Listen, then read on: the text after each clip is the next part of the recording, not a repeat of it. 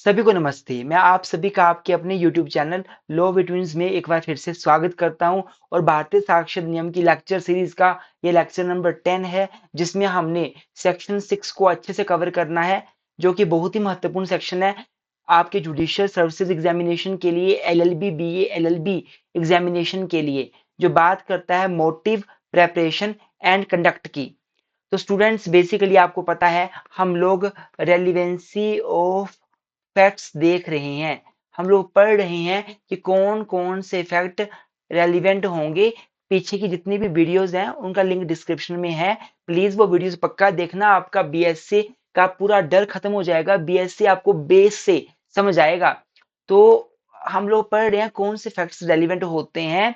तो आज हमने पढ़ने हैं जो फैक्ट मोटिव बताते हो कि क्राइम करने के पीछे मोटिव क्या था, जो फैक्ट प्रेपरेशन के बारे में बताते हो किसी क्राइम के करने से पहले की प्रेपरेशन, या जो फैक्ट कंडक्ट के बारे में बताते हो प्रीवियस और सब्सीक्वेंट, ये सारे के सारे फैक्ट्स रेलिवेंट हो जाएंगे। तो आइए आज का लेक्चर स्टार्ट करते हैं। तो बेसिकली सेक्शन 6 की बात की जाए तो ये बात करता है मोटिव, प्रेपरेशन एंड प्रीवियस और सब्सीक्वेंट कंडक्ट। तो इसमें 3 प्रकार के फैक्ट्स को रेलिवेंट बोला गया है। इस सेक्शन 6 में 2 एक्सप्लेनेशन भी अटैच है। तो आइए हम नोट्स में फटाफट ये सारा कुछ पढ़ते हैं ताकि हमें और भी क्लैरिटी इसके ऊपर हो सके। तो देखिए सेक्शन 6 में क्या लिखा हुआ है। Motive, preparation and conduct, previous और सब्सिक्वेंट। तो इसमें लिखा हुआ है any fact is relevant which shows और constitute motive, preparation for any fact in issue और रेलिवेंट फैक्ट। तो जब भी कोई फैक्ट हमें बताता है कि इस क्राइम के पीछे मोटिव क्या था, या कोई फैक्ट हमें बताता है कि भाई क्राइम से पहले जो प्रेपरेशन करी है, तो वो फैक्ट रेलिवेंट होंगे। आगे हम पढ़ेंगे इसके बारे में, डोंट वरी। वैसे छोटा सा एग्जांपल आपको दे दूं। मान लीजिए फॉर एग्जांपल ए और बी की आपस में लड़ाई हुई और ए जो लड़का था उसने लड़की से थप्पड़ खा लिया। मतलब लड़की ने भरे सभा के बीच, सभी पब्लिक के बीच लड़के को थप्पड़ मार दिया और लड़का बोलता इसका बदला लेकर छोड़ूंगा। और अगले दिन लड़की के ऊपर किसी ने एसिड अटैक कर दिया। तो उस व्यक्ति के ऊपर शक गया जिसने वहां पर धमकी दी थी कि इसका बदला लूंगा, क्योंकि बदला लेना, रिवेंज लेना कहीं ना कहीं मोटिव हो सकता है उस लड़के का उस लड़की के ऊपर एसिड अटैक करने का। प्रेपरेशन की बात भी कर लेते हैं थोड़ी सी। मान लीजिए एक व्यक्ति के ऊपर आरोप लगा है कि उसने किसी की डेथ कर दी है, किसी का मर्डर कर दिया है उसे जहर देकर। पता चलता है फैक्ट से कि 2 दिन पहले वो एक मेडिकल शॉप से वो पॉइजन लेकर आया था, जिस पॉइजन से उसकी डेथ हुई है, जो बंदा मर गया है। It is relevant because fact that he purchased poison is relevant, showing the preparation of that person for commission of that crime. Second, the conduct of any party. Party मतलब अगर सिविल केस है तो plaintiff and defendant, अगर criminal case है तो accused and state, और of any agent, या party का जो एजेंट है उनका कंडक्ट। अब एजेंट की बात आती है तो पार्टीज के अपने एजेंट होते हैं, उनके कंडक्ट की बात यहाँ की जा रही है। द कंडक्ट किसका, पार्टी का या उनके एजेंट का, किसी सूट या किसी प्रोसीडिंग में जो कंडक्ट होता है वो भी रेलिवेंट होगा, वो भी रेलिवेंट होगा। कंडक्ट आपका प्रीवियस भी हो सकता है, आपका सब्सिक्वेंट भी हो सकता है। मतलब क्राइम होने से पहले कुछ कंडक्ट किसी ने किया हो। मान लो कोई व्यक्ति को किसी ने देखा, व्यक्ति बहुत डरा हुआ था, सहमा हुआ था, चुपचाप चला हुआ था, किसी से बात भी नहीं कर रहा था, और पता चला उसने ड्रग अपने बैग में डाली थी। बाद में उसको पकड़ा गया रास्ते में कि उसके बैग में ड्रग थी, बैग में हीरोइन थी, बैग में भांग थी, जो ड्रग है वो थी।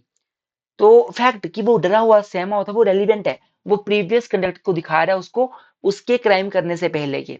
सब्सिक्वेंट कंडक्ट, कोई पर्सन मान लो कोई किसी का मर्डर करके आता है और आने के बाद बिल्कुल डरा हुआ है, सहमा हुआ है, घर में किसी से बात नहीं करता, 1 महीना हो गया कमरे से बाहर नहीं निकलता, तो ये चीजें दिखाई दे रही है कि उसका बिहेवियर चेंज हुआ है, कुछ ना कुछ हुआ होगा। All this facts are relevant. Explanation 1 क्या बोलती है, the word conduct in this section does not include the statement. देखो कंडक्ट का मतलब स्टेटमेंट से नहीं होता है। कोई व्यक्ति स्टेटमेंट दे रहा है कि मैंने ऐसा कर दिया, कोई भी स्टेटमेंट दे रहा है, It is not a conduct. Conduct means a behavior. It is different from what the person is saying. It is different from statements. But unless those statements accompany and explain acts other than statement.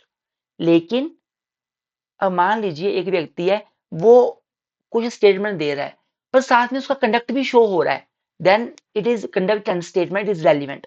अकेली statement relevant नहीं होती। यहाँ पर section number 6 में conduct की बात की गई है, स्टेटमेंट की बात नहीं करी गई है।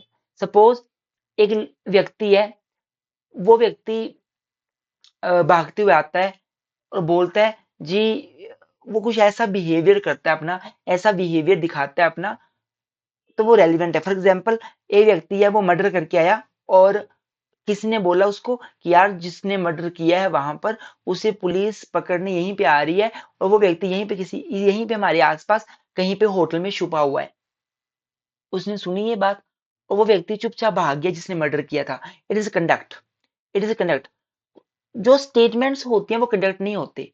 कोई व्यक्ति कोई मुंह से कुछ बोल रहा है, वो कुछ और फैक्ट और कुछ सेक्शन में रेलिवेंट होगा, पर सेक्शन 6 में कंडक्ट के रूप में रेलिवेंट नहीं होगा। Unless those statements accompany with the and explain the act other than statement. What? This explanation is not affect the relevancy of statement under any other sections of this अधिनियम। पर यहाँ पर अगर स्टेटमेंट रेलिवेंट नहीं है, यहाँ पे conduct relevant है, तो स्टेटमेंट्स किसी और सेक्शन में भारतीय साक्ष्य अधिनियम के रेलिवेंट हो सकती हैं। और दूसरी एक्सप्लेनेशन क्या है हमारी? दूसरी एक्सप्लेनेशन है when the conduct of any person is relevant, any statement made to him in his presence and hearing which affect such conduct is also relevant। अगर एक व्यक्ति का कंडक्ट रेलिवेंट है, एक व्यक्ति का कंडक्ट रेलिवेंट है, तो उसको कोई स्टेटमेंट दी गई है, उस स्टेटमेंट की वजह से उसका कंडक्ट चेंज हुआ, तो वो स्टेटमेंट भी रेलिवेंट होगी। 10 दोस्त आपस में होटल में बैठे हुए हैं और एक दोस्त बोलता है यार मिस्टर ए का मर्डर किसने कर दिया, और वो इसी होटल में कहीं छिपा हुआ है, पुलिस उसको पकड़ने आ रही है। और एक व्यक्ति चुपचाप भाग गया वहां से जिसने मर्डर किया था। वो भागा, वो कंडक्ट है उसका, it is relevant. If conduct is relevant, then statement, जो स्टेटमेंट बनाई थी बंदे ने कि जिसको पुलिस उसको पकड़ने आ रही है, जिसने मर्डर किया, वो स्टेटमेंट भी रेलिवेंट हो जाएगी, क्योंकि उस स्टेटमेंट के बाद वो भागा है, तो यहाँ पे स्टेटमेंट भी रेलिवेंट होगी। This is about the section 6 of भारतीय साक्ष्य अधिनियम। अब अच्छे से इसको डिटेल एक्सप्लेनेशन के साथ पढ़ते हैं, केस लॉज के साथ। कुछ इलुस्ट्रेशन देख लेते हैं। फॉर एग्जांपल, पहला इलुस्ट्रेशन क्या है कि ए के ऊपर केस चला हुआ है कि ए ने बी का मर्डर किया है। The fact that A murdered C and B knew that A had murdered C and that B tried to extort money from A by threatening to make this knowledge public relevant। मान लो मुझे पता है कि एक व्यक्ति ने दूसरे का मर्डर किया हुआ है। अब मेरा मर्डर हो गया, मान लो सपोज किसी व्यक्ति का मर्डर हो गया है, जिसका मर्डर हुआ उसको पता था कि किसी व्यक्ति ने किसी का मर्डर किया है, और वो उस व्यक्ति को बोल रहा था कि तूने जिसका मर्डर किया है मुझे पता है, मैं लोगों को बता दूंगा, मुझे इतना पैसा चाहिए। ये सारी चीजें रेलिवेंट हैं। क्यों रेलिवेंट है? ये एक्यूज का मोटिव बता रहा है कि एक्यूज का मोटिव था उस व्यक्ति का मुंह बंद कराना जो उससे पैसे मांग रहा था और जिसको मर्डर के बारे में पता था। अगर ए के ऊपर केस चला हुआ है कि ए ने बी का मर्डर किया है, तो यहाँ पे जो फैक्ट है कि ए ने पहले सी का मर्डर किया था और ये बात बी को पता थी, और बी ए को डरा रहा था कि मुझे पैसे दे दे, नहीं तो लोगों को बता दूंगा तूने मर्डर किया है उस पर्टिकुलर सी का। ये रेलिवेंट है। क्यों? ये मोटिव की तरफ इशारा कर रहा है कि क्यों ए ने बी को मारा होगा। दूसरा एग्जांपल देख लेते हैं। ए सूज B for A sues B upon a bond for the payment of money. B denies the making of any bond. The fact that at the time when the bond was alleged to be made, B required money for a particular purpose is relevant। Basically एक व्यक्ति के ऊपर case चला हुआ है कि उसने किसी से पैसा उधार लिया हुआ है। वो बोलता मैंने पैसा कोई उधार नहीं लिया, मैंने कोई किसी को गारंटी नहीं दी, मैंने कोई पैसा उधार नहीं लिया। पता चलता है कि जिस टाइम पैसा उधार लिया उस टाइम उसको पैसों की बहुत जरूरत थी। ये फैक्ट रेलिवेंट है। ये कहीं ना कहीं मोटिव बता रहा है कि क्यों उसने पैसा उससे लिया होगा, लिया या नहीं लिया, इस बात का मोटिव बता रहा है। ये रेलिवेंट होगा। थोड़ा सा और देख लेते हैं, एक दो illustrations. A is tried for the murder of B by poison, A के ऊपर केस चला हुआ है कि ए के ऊपर केस चला हुआ है कि ए ने बी का मर्डर किया उसको जहर देकर। Fact that before the death of A before death of B, A procured poison similar to what was administered to B is relevant। अब मान लो किसी के ऊपर आरोप लगा है कि उसने मर्डर किया किसी का उसे जहर देकर, वो बोलता है मैंने मर्डर नहीं किया, बट पता चलता है कि उसने तो एक मेडिकल शॉप से वो पॉइजन लेकर आया था, वो व्यक्ति जो ए है जिसके ऊपर केस चला हुआ है कि उसने मर्डर किया, ये रेलिवेंट है, ये प्रेपरेशन को दिखा रहा है, ये कहीं ना कहीं प्रेपरेशन की तरफ इशारा कर रहा है। ऐसे बहुत से इलस्ट्रेशन आपके सेक्शन 6 में दिए हुए हैं, सारे पढ़ने की आवश्यकता नहीं है। अगर ये आप पूरे कॉम्प्रिहेंसिव नोट्स हमसे बाय करना चाहते हैं तो हमारे व्हाट्सएप नंबर 9816492276 पे मैसेज कर सकती हैं या 9816634276 पे भी आप मैसेज कर सकते हैं। आपको कॉम्प्रिहेंसिव नोट्स मिल जाएंगे किसी भी सब्जेक्ट के, LLB, BA LLB, LLM, LLM entrance, AIBE, judiciary, किसी भी एपीओ, सीबीआई, एपीपी, आप किसी भी सब्जेक्ट के नोट्स बाय करना चाहते हैं आप डेफिनेटली हमसे नोट्स ले सकते हैं हमारे व्हाट्सएप नंबर मैसेज करके। हमारे नोट्स बिल्कुल भी कॉपी पेस्टेड नहीं होते हैं गूगल से, बिल्कुल भी हमारा नोट्स जो है वो कोई ऐसा नहीं होता कि आप बोल सकते हैं कि जो हमारी गूगल की लैंग्वेज है, नहीं, ये बिल्कुल हमारी अपनी लैंग्वेज होती है। हम 6-6, 7-7 सोर्सेज से नोट्स बनाते हैं और ऐसे नोट्स ही आपको अच्छे मार्क्स दिलाने में बहुत रोल प्ले करते हैं। तो बेसिकली ये पूरा सेक्शन 6 है जो मैंने आपको बताया, इलुस्ट्रेशन मैंने आपको बता दी। तो सेक्शन 6 की स्कोप की बात की जाए तो सेक्शन 6 बात करता है मोटिव की, प्रेपरेशन की और कंडक्ट की। 3 प्रकार के फैक्ट्स को ये रेलिवेंट बताता है कि जो फैक्ट्स मोटिव बता रहे हैं वो रेलिवेंट होंगे, जो फैक्ट्स प्रेपरेशन बता रहे हैं वो रेलिवेंट होंगे, जो कंडक्ट बता रहे हैं वो रेलिवेंट होंगे। नाउ मोटिव देखते हैं, मोटिव होता क्या है। मोटिव एक ऐसी चीज है जो एक व्यक्ति को मूव करता है कुछ काम करने के लिए। If something is motive is something that moves the person, जो पर्सन को मोटिवेट करता है कि तुम करो। It is something which is in the mind of person.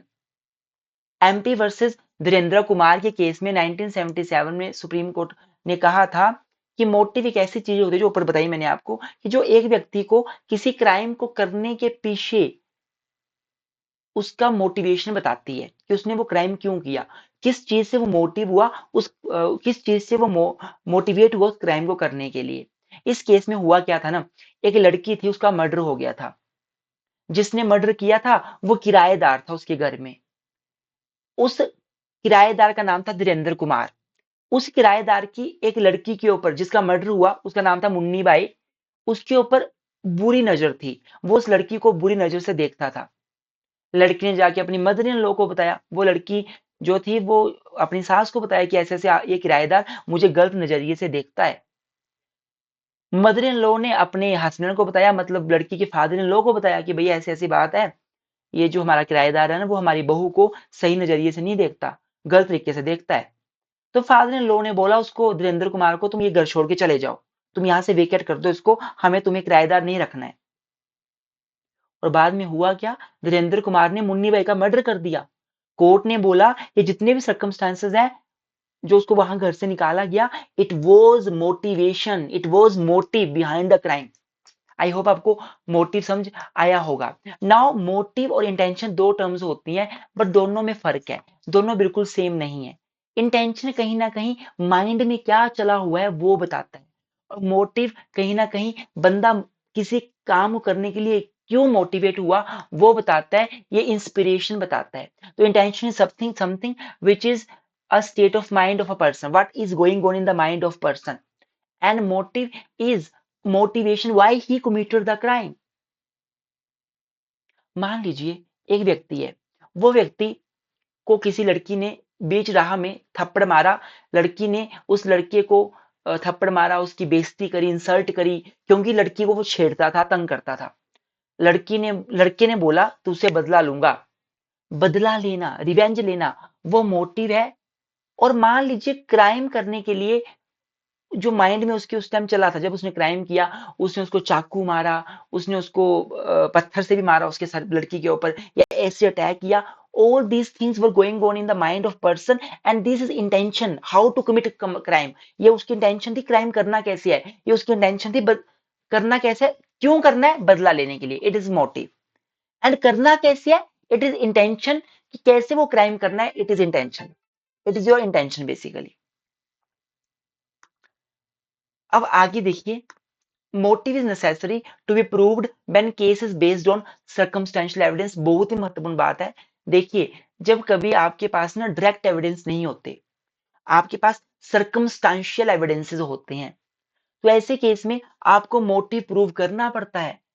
Indrajit Das versus state of Tripura, Ravi Sharma versus government of NCD Delhi 2022 का 2013 का, दोनों ही लैंडमार्क केस है जिसमें सुप्रीम कोर्ट ने साफ साफ शब्दों में बोला कि जब केस आपका सर्कमस्टेंशियल एविडेंसेस के ऊपर बेस कर रहा है तो ऐसे केस में आपको मोटिव प्रूव करना ही पड़ेगा। क्राइम करने के पीछे मोटिव क्या है। Motive is very very necessary when the case is based on circumstantial evidences. Absence of motive can't be ground to reject prosecution case, but it gives weightage to the accused.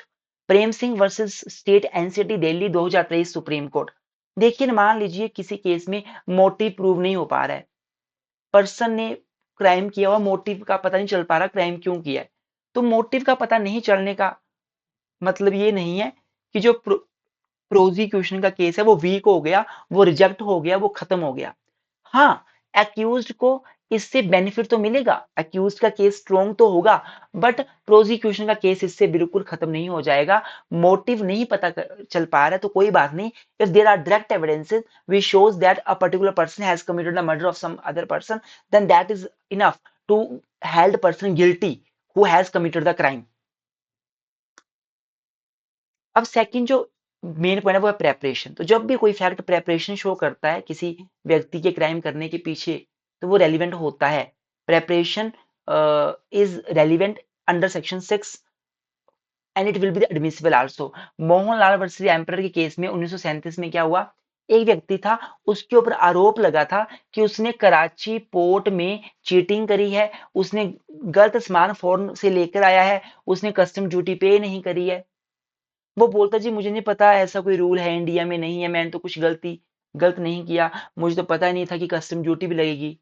लेकिन evidence लाए गए और पता चला कि वही accused person 2-3 बार बंदरगाह में पहले भी आया था और देख रहा था कैसे कैसे सामान अंदर लाया जाएगा और क्या क्या वहां पे हो रहा है।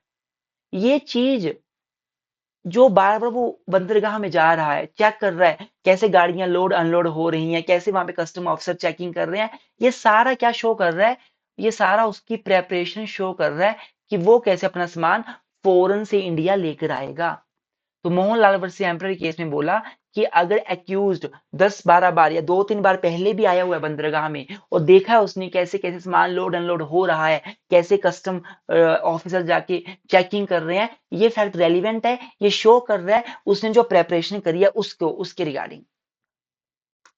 नाउ कंडक्ट, तीसरा जो महत्वपूर्ण फैक्टर रेलिवेंट है वो कंडक्ट है। कंडक्ट आपका प्रीवियस भी हो सकता है क्राइम होने से पहले, कंडक्ट आपका सब्सिक्वेंट भी हो सकता है क्राइम होने के बाद।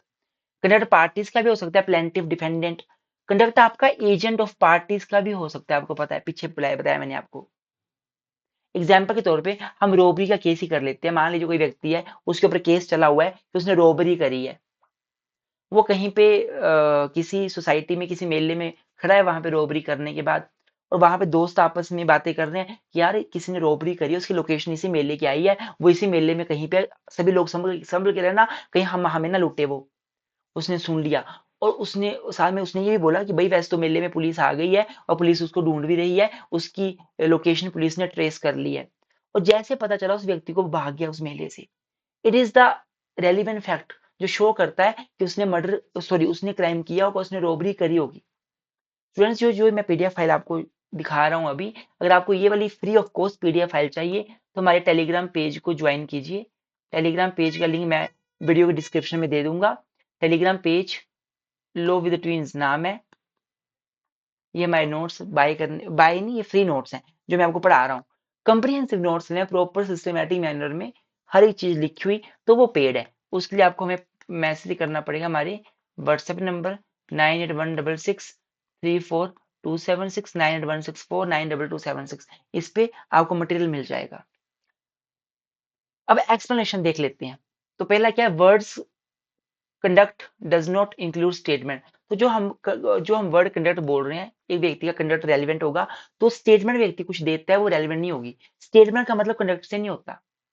मान लो कोई व्यक्ति घर में आता है क्राइम करने के बाद और कुछ बातें बोल रहा है, तो वो बातें जो वो बोल रहा है वो किसी और फैक्ट्स में रेलिवेंट होंगी। सेक्शन 6 में केवल और केवल कंडक्ट की रेलिवेंसी की बात करी हुई है ओनली। और स्टेटमेंट जो बंदा दे रहा है, मान लो कोई व्यक्ति मर्डर करके घर में आता है, पत्नी को बोलता है यार जीवन क्या करना है हमने, जीवन का कोई भरोसा नहीं है, पता नहीं क्या हो जाएगा जीवन में, क्या पता मैं कल को मुझे फांसी हो जाए, सीधी बातें वो बोल रहा है। जो स्टेटमेंट्स वो बोल रहा है, this is not a conduct, this is not a conduct. हाँ, वो स्टेटमेंट्स हैं, कहीं और रेलिवेंट होंगी। बट मान लीजिए जो उसने स्टेटमेंट्स दी हैं, वो स्टेटमेंट्स उसके कंडक्ट से एक्सप्लेन भी हो रही हैं। व्यक्ति मान लीजिए भागते हुए आता है कि मर्डर कर दिया, मेरे से मर्डर हो गया, मैंने मर्डर कर दिया। डरा भी हुआ है, सहमा भी हुआ है, बोल रहा है मुझसे मर्डर हो गया, कंडक्ट भी शो कर रहा है कि उसने कुछ गलत कर दिया है, बोल भी रहा है, तो ये रेलिवेंट हो जाएगा। अगर स्टेटमेंट व्यक्ति दे रहा है पर साथ में उसका कंडक्ट भी है, तो ये रेलिवेंट है। अकेली स्टेटमेंट यहाँ पे रेलिवेंट नहीं होगी। और दूसरी एक्सप्लेनेशन बोलती है कि statement of another affecting conduct of party to the proceeding. एक व्यक्ति ने स्टेटमेंट दी कि जो यहाँ पे जिसने क्राइम किया वो यहीं पे कहीं पे छुपा हुआ है और पुलिस उसको पकड़ने आ रही है, और एक व्यक्ति भागकर वहां से चला गया, वहां से उठा और चला गया। जो इसने स्टेटमेंट दी कि पुलिस आ रही है पकड़ने, ये भी रेलिवेंट होगी, कंडक्ट तो रेलिवेंट है ही है, तो ये स्टेटमेंट भी रेलिवेंट मानी जाएगी। तो students, thank you so much for watching our video. Please video को लाइक करें, शेयर करें, चैनल को सब्सक्राइब करें हमारे चैनल को। ये चैनल आपके लॉ की जर्नी को इजी करने वाला चैनल है। प्लीज हमेशा लॉ विद ट्विंस के साथ बने रहें। Thank you so much, keep supporting law with twins.